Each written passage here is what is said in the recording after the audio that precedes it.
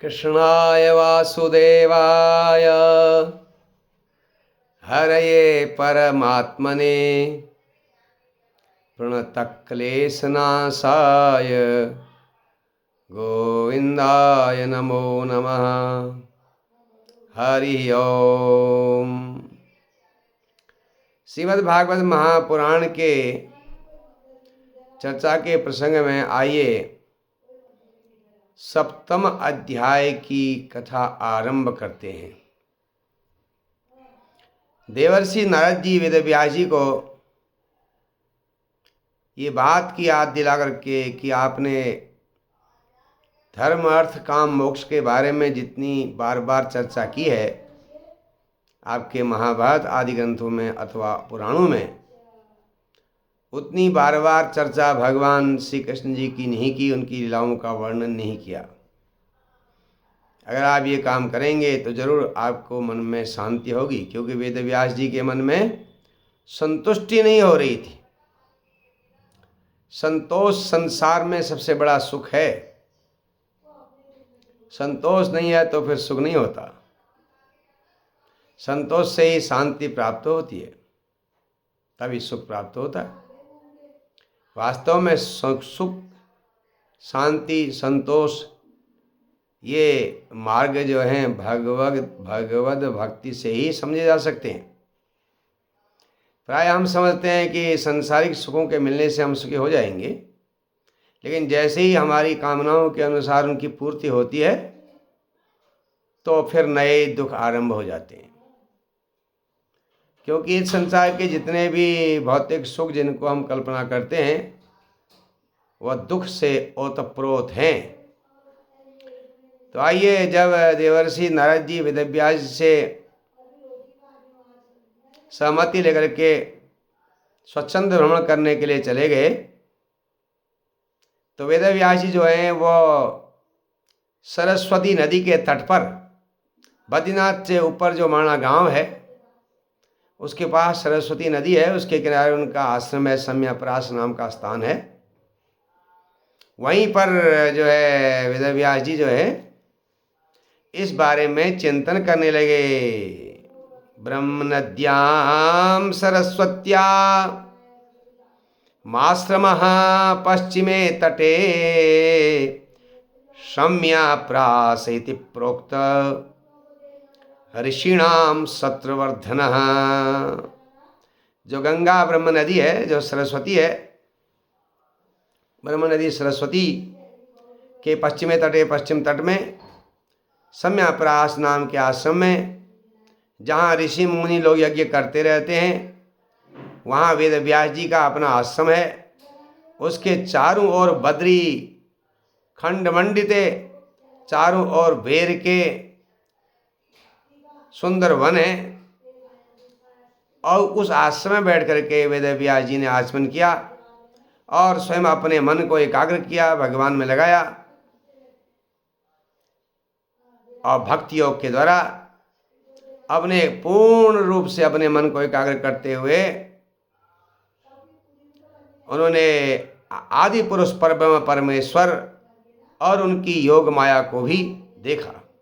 देखिए, यहाँ पर चौथा श्लोक है 7वें अध्याय का। भक्ति योगेन मनसि सम्यग प्रणीहिते मले अपश्यत् पुरुषं पूर्वं मायां च तदपाश्रयात्। भक्ति योगेन मनसि, भक्ति योग के द्वारा अपने मन को मनसि सम्यक प्रणीहिते अमले, अपने मन को एकाग्र करके, निर्मल करके और एकाग्रता के साथ अच्छी तरह से आदि पुरुष भगवान में अपना मन लगाया। और उस भक्ति योग के प्रभाव से वेद व्यास जी ने अपश्यत पुरुषम, परब्रह्म परमेश्वर को, आदि पुरुष परमात्मा को, और तदपाश्रयाम मायाम, और उनके आश्रय रहने वाली माया को भी देखा। जिस माया से मोहित होकर हम संसार के प्राणी, संसार के मनुष्य अतीत होते हुए, गुणों से अतीत होते हुए भी अपने को सत्व रज तम के रूप में मान लेते हैं, त्रिगुणात्मक मान लेते हैं। इसी मान्यता के कारण हम संसार में अनेक प्रकार के कष्ट भोगते हैं, परेशानियां झेलते हैं। इन इन जो अनर्थ हैं, जो ये संसार के दुख हैं, इनकी शांति का साधन केवल एक ही है, वह भगवान का भक्ति योग। लेकिन संसार के लोग इस बात को नहीं जानते। प्रायः ऐसा विचार करके वेद व्यास जी ने परमहंसों की संहिता श्रीमद् भागवत महापुराण की रचना की। लोकस्या जानतो विद्वांस चक्रे सात्वत संहिताम।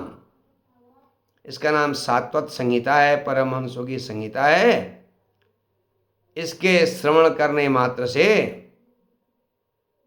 भगवान की प्रेममयी भक्ति प्राप्त हो जाती है, भक्ति हो जाती है, जिससे प्राणी संसार में शोक, मोह और भय से मुक्त हो जाता है। भक्तिरुत्पद्यते पुंसः शोक मोह भयापहा। पुंसः शोक मोह भयापहा भक्ति उत्पद्यते। इसमें जो भगवान की कथा है भागवत महापुराण में, उसको श्रवण करने से मनुष्यों के अंदर शोक, मोह और भय को दूर करने वाली भक्ति प्रकट हो जाती है, भक्ति पैदा हो जाती है। और इन्होंने वेदव्यास जी ने एक प्रकार से ये सात्वत संहिता जो भागवत महापुराण है, इसकी पुनरावृत्ति की। ये पहले से वास्तव में मौजूद था, अथवा ये कहिए इसका निर्माण और पुनरावृत्ति दोनों किया। शौनक ऋषि सूत जी से फिर वही प्रश्न पूछते हैं। उन्होंने कहा, जो सुखदेव जी हैं, क्योंकि यहाँ पर वेदव्यास जी ने ये जो श्रीमद् भागवत महापुराण है, इसके निर्माण करने के बाद इसको अपने पुत्र सुखदेव जी को पढ़ाया था, ये फिर बताया गया था।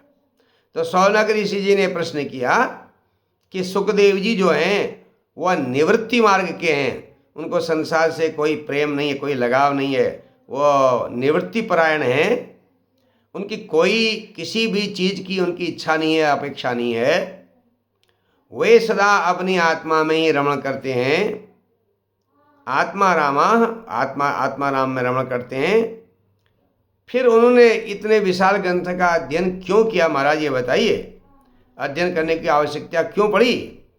सो सूत जी इसी प्रश्न का बड़ा रोचक उत्तर दे रहे हैं। ये श्लोक है 10वां श्लोक। आत्मा रामाश्च मुनयो निर्ग्रंथा अप्युरुक्रमे कुर्वन्त्य है तु किं भक्ति मिथ्युम भूत गुणो हरिः। सूत जी ने कहा, जो लोग आत्मज्ञानी हैं, आत्माराम हैं, और जिनकी निर्ग्रंथा, जिनकी अज्ञान की, अविद्या की गांठें जो हैं टूट चुकी हैं, खुल गई हैं, और वो जो आत्मा में ही जो रमण करते हैं, ऐसे जो हैं, ऐसे लोग वो भी कुर्वन्त्य है तु किं भक्तिम, वो हेतु रहित अहेतु किं भक्तिम कुर्वन्ति, वह जिसमें किसी प्रकार की कामना न हो, भगवान की ऐसी भक्ति वो लोग करते हैं। क्योंकि इत्थम भूत गुणो हरि, क्योंकि भगवान जो है ना, भगवान में जो गुण हैं, भगवान के जो गुण हैं वो ऐसे ही होते हैं, ऐसे ही मधुर होते हैं, जो सबको अपनी तरफ खींच लेते हैं। बड़ा रोचक है। फिर से सुखदेव जी जो हैं वो तो भक्तों के अत्यंत प्रिय है ना। संसार में जो भी भक्त हैं उनको सुखदेव जी बड़े प्रिय हैं, सुखदेव जी के प्रिय हैं, और वो स्वयं भगवान वेदव्यास जी के पुत्र हैं। भगवान के गुणों ने उनके हृदय को अपनी ओर खींच लिया, और उन्होंने विवश होकर के इस विशाल ग्रंथ का अध्ययन किया। क्योंकि इससे उनको जो है भगवान की भक्ति का आनंद मिलता है, क्योंकि भगवान की जो लीलाएं हैं वो बड़ी मधुर हैं, वो बड़े बड़े आत्माराम आत्मज्ञानी योगियों को भी आकृष्ट कर देती हैं। इसीलिए भक्तों की प्रसन्नता के लिए, भक्तों के प्रिय हैं सुखदेव जी, उनकी प्रसन्नता के लिए सुखदेव जी ने इसका अध्ययन किया।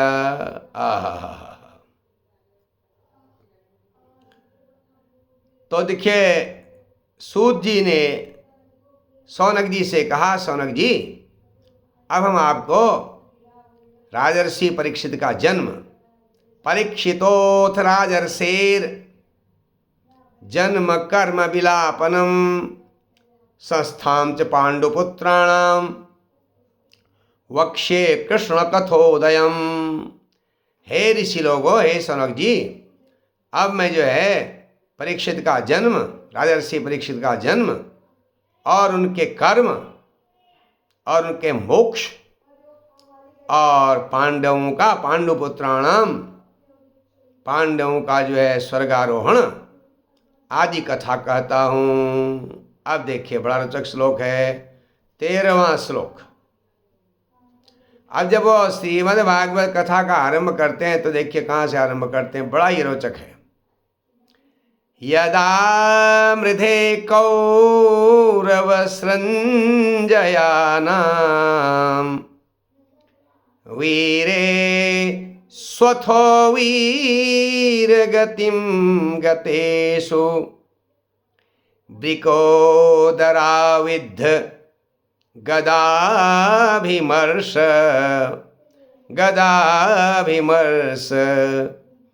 भग्नोरु दंडे धृतराष्ट्रपुत्रे। कौरव संजयानाम मृधे, जब कौरव जिस समय महाभारत का युद्ध हुआ, कौरव और पांडव दोनों के पक्ष में, दोनों के पक्षों के बहुत वीर स्वतो वीर गतिम गतेषु, बड़े बड़े वीर दोनों पक्ष से वीरगति को प्राप्त हो गए। अब ब्रकोदरा विद्ध गदा विमर्श, ब्रकोदर माने भीम, भीम के गदा से जो विद्ध हो गई है, भग्नोदंडे धृतराष्ट्र पुत्रे, धृतराष्ट्र के पुत्र दुर्योधन की जो है जांग भीम के गदा के प्रहार से जब टूट गई थी, तो तब जो है भर्तुप्रियम द्रोण इति पश्यन् कृष्णासुतानां स्वपतां शिरांसि उपाहरद विप्रियमेव तस्य जुगुप्सितं कर्म विगर्हयन्ति। तो देखिए ये 14वां श्लोक 7वें अध्याय का। तो जब ये हुआ तो उसकी जांघ टूट गई, तो अश्वत्थामा ने चाहा कि मेरा जो परम मित्र है और हमारे एक प्रकार से कौरवों की सेना का जो सबसे बड़ा महारथी है, जो जिसके कारण ही युद्ध हो रहा है, ऐसे जो दुर्योधन है, ये इस बेचारे की अब जांघ टूट गई है, ये तो मौत के निकट पहुंच गया, मौत की घड़ियां गिन रहा है, तो इसलिए मुझे भी कुछ परोपकार करना चाहिए इसके लिए। इसने मेरे लिए बहुत कुछ किया है, तो मुझे भी कुछ जो है इसके अंतिम समय में कोई अच्छा काम करके दिखाना चाहिए। तो अच्छा काम तो अश्वत्थामा का क्या था, ध्यान से सुनिए। उसने सोचा इससे दुर्योधन का भला होगा, तो द्रौपदी के सोते हुए 5 पुत्रों को, कृष्णासुतानाम स्वपताम शिरांसि, सोए हुए 5 कृष्णा में द्रौपदी के पुत्रों के सिरों को काट करके उपाहरद विप्रेमेव तस्य जुगुप्सितं कर्म विगर्हयन्ति। ऐसी यह जो घटना, उसने जो 5 पांडवों के 5 पुत्रों को, द्रौपदी के 5 पुत्रों को मार करके उनके सिर ले आया दुर्योधन के पास, ऐसा पाप कर्म उसने किया। और इस का पाप कर्म से तो दुर्योधन को भी अशांति हुई, बुरा लगा, उसको अप्रिय लगा, जिसकी जो है नीच कर्म की आज तक सभी लोग निंदा करते हैं, ऐसा पाप कर्म अश्वत्थामा ने किया था। जब अपने पुत्रों की मृत्यु का समाचार द्रौपदी ने सुना, वह बहुत दुखी हो गई और उसकी आंखों से आंसू छलकने लगे, स्वाभाविक था। 5 पुत्र जो महाभारत के युद्ध में अपनी वीरता से सुरक्षित रहे, जिनको किसी ने नहीं जिनको कोई भी नहीं मार सका, ऐसे 5 वीर पुत्रों को सोते हुए निद्रा की अवस्था में अश्वत्थामा ने मार के महापाप किया। तो उसकी आंखों से, द्रौपदी की आंखों से आंसू छलक गए और वो रोने लगी। अर्जुन जो हैं द्रौपदी को सांत्वना देने लगे। अर्जुन ने कहा, हे हे हे कल्याणी, हे देवी द्रौपदी, मैं तुम्हारे आंसुओं को पोंछूंगा जब उस आतताई अधम का ब्राह्मण का जो है सिर तुम्हारे पास में ला के रख दूंगा, काट कर तुम्हारे पास लाऊंगा, तुम्हारे पास रखूंगा, तुम्हें भेंट करूंगा। और पुत्र इस प्रकार से अपनी पत्नी द्रौपदी को सांत्वना दी और भगवान श्री कृष्ण जी की सलाह लेकर के रथ में बैठ गए और रथ को भगवान श्री कृष्ण जी चलाने लगे। और गुरुपुत्र जो अश्वत्थामा था और वो दौड़ रहा था, भग रहा था, क्योंकि उसने पाप कर्म किया था। बच्चों की हत्या करने से अश्वत्थामा को पाप लग गया था और वो बड़ा उदास था, परेशान था, उद्विग्न था। जब उसने देखा कि दूर से उसने जब देखा कि मेरे पीछे से श्री कृष्ण भगवान अर्जुन को लेकर आ रहे हैं और वो जहाँ तक भाग सकता था उसने भागा, दौड़ लगाई। लेकिन जो है उसने अब देखा कि शायद अब मेरी मौत नज़दीक आ गई है, अब मैं अकेला हूँ। इसलिए उसने अपने को बचाने के लिए उसके पास एक ही रास्ता बचा था, वह था ब्रह्मास्त्र। अभी तक उसने नहीं चलाया था। जब उसने देखा कि अब तो मेरी जिंदगी के लिए खतरा है, तो उसने जो है उस ब्रह्मास्त्र को अस्त्रम ब्रह्म शिरो मेने आत्म प्राणम द्विजात्मनः, तो उसने अपने को बचाने के लिए एकमात्र साधन ब्रह्मास्त्र को माना। यद्यपि उसको ब्रह्मास्त्र को लौटाने का ज्ञान नहीं था।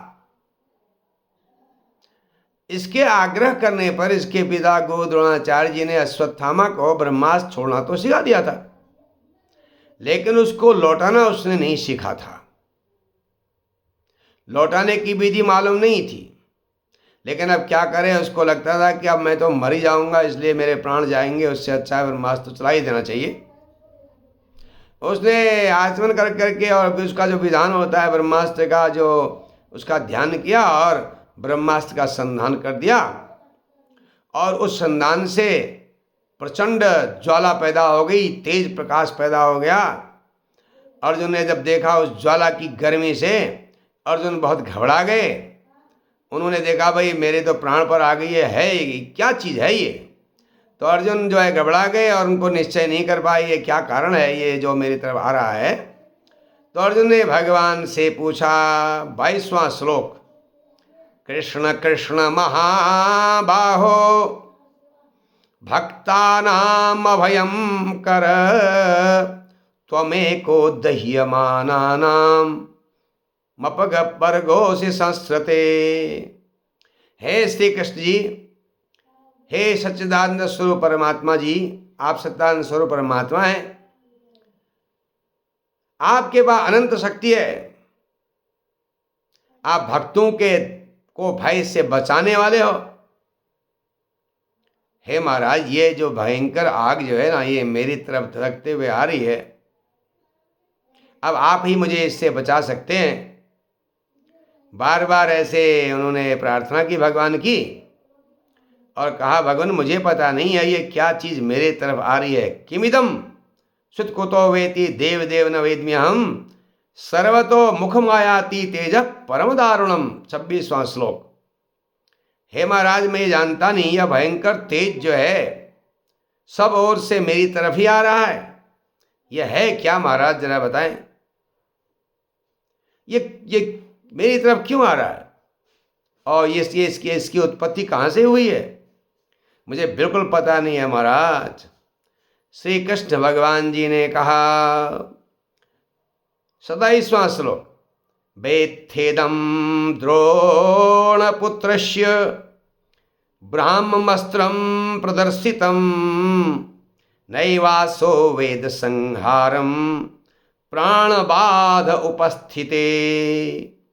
हे अर्जुन, द्रोणपुत्रस्य ब्राह्ममस्त्रं प्रदर्शितम, वेत्थ, द्रोणपुत्र अश्वत्थामा के द्वारा चलाए हुए ये ब्रह्मास्त्र, इसको समझो, ये ब्रह्मास्त्र उसके द्वारा चलाया गया है। प्राणों के संकट आने के कारण उसने इसका संधान किया है, लेकिन वो इसको लौटाना नहीं जानता है। उसके पास कोई ऐसी शक्ति नहीं है जिससे इसको वो रोक सके, लौटा सके। तुम ब्रह्मास्त्र की विद्या को गुरु की कृपा से अच्छी तरह जानते हो, भली भांति जानते हो, इसलिए ब्रह्मास्त्र के तेज से ब्रह्मास्त्र की अग्नि को बुझा दो। सूत जी कहते हैं, भगवान श्री कृष्ण के परामर्श को सुनकर अर्जुन ने उसी समय ब्रह्मास्त्र का संधान किया। भगवान को प्रणाम करके, उनकी विनती करके ब्रह्मास्त्र से ब्रह्मास्त्र को निवारण करने के लिए जब उन्होंने संधान किया, दोनों ब्रह्मास्त्रों के टकराने से भयंकर प्रलय काल की तरह अग्नि पैदा हुई और आकाश में टकरा करके वह दिशाओं में फैल गई, जिससे ऐसा लगने लगा कि माने तीनों लोगों को भस्म कर देगी। तो इस प्रकार अर्जुन ने अपने ज्ञान के द्वारा, जब उनको जो ब्रह्मास्त्र का विधान ज्ञान मालूम था, उन ब्रह्मास्त्रों को लौटा दिया। तो आइए इसकी आज यहीं पर विश्राम करते हैं। अगले वीडियो में अब आप आगे की रोचक कथा सुनेंगे। हर हर महादेव।